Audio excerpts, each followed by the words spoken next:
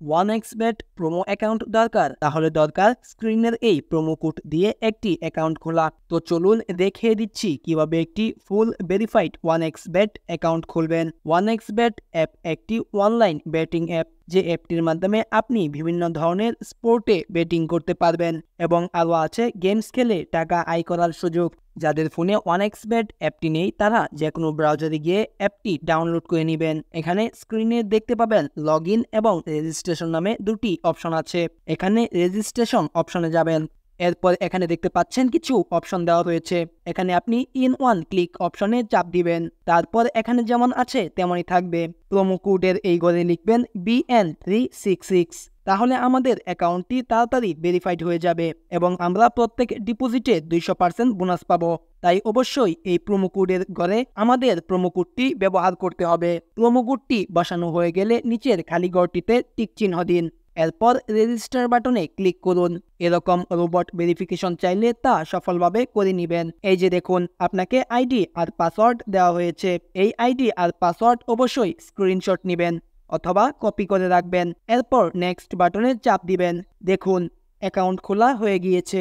এখন অ্যাকাউন্ট ভেরিফাইডের পদ্ধতি দেখাচ্ছি।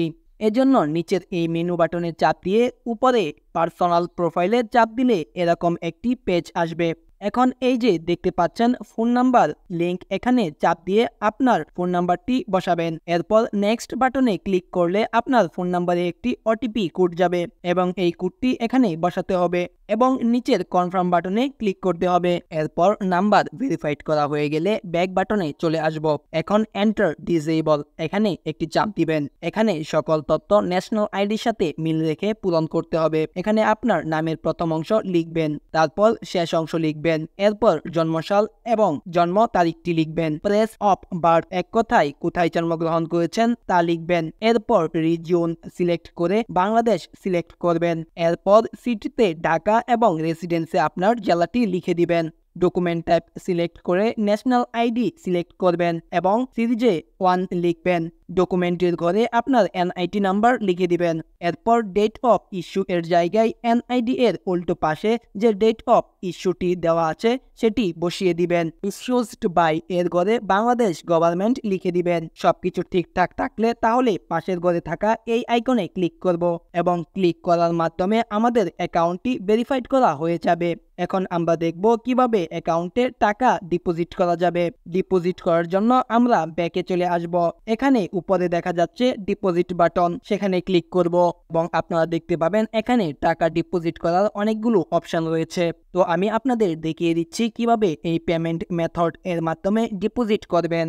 আমি এই অপশনের উপর একটি ক্লিক করলাম। এখন এরকম একটি পেজ দেখতে পাবেন। এখানে আপনার যত ইচ্ছে টাকা ডিপোজিট করতে পারবেন। এখন কোন নাম্বারে টাকা পাঠাবেন সেটা ভাবছেন? ওই যে উপরে দেওয়া আছে নগদ ওয়ালেট নাম্বার, এখান থেকে নাম্বারটি কপি করে নেবেন। আগেই জানিয়ে রাখছি এই নাম্বারটি প্রতিবার পরিবর্তন হয়, তাই টাকা ডিপোজিট করার আগে নাম্বারটি কপি করে নেবেন। নাম্বার কপি করা হলে সরাসরি নগদ অ্যাপে চলে যাবেন এবং ক্যাশ আউট এর মাধ্যমে কপি করা নাম্বারে টাকা পাঠাবেন। টাকা পাঠানো হলে এরকম একটি পেজ চলে আসবে। এখান থেকে ট্রানজ্যাকশন আইডিটি কপি করে অ্যাপে চলে আসবেন এবং যেই নাম্বার থেকে টাকা পাঠিয়েছেন তা লিখবেন এবং পরের অপশনে আগেই কপি করা ট্রানজ্যাকশন আইডিটি লিখবেন। এরপর কনফার্ম বাটনে ক্লিক করবেন এবং এর মাধ্যমে আপনার অ্যাকাউন্টে ডিপোজিট করা হয়ে যাবে এবং কিছুক্ষণ অপেক্ষা করলে আপনার অ্যাকাউন্টে টাকা অ্যাড হয়ে যাবে। তো বন্ধুরা, আজকের এই ভিডিওটি থাকছে এ পর্যন্তই। ধন্যবাদ সকলকে।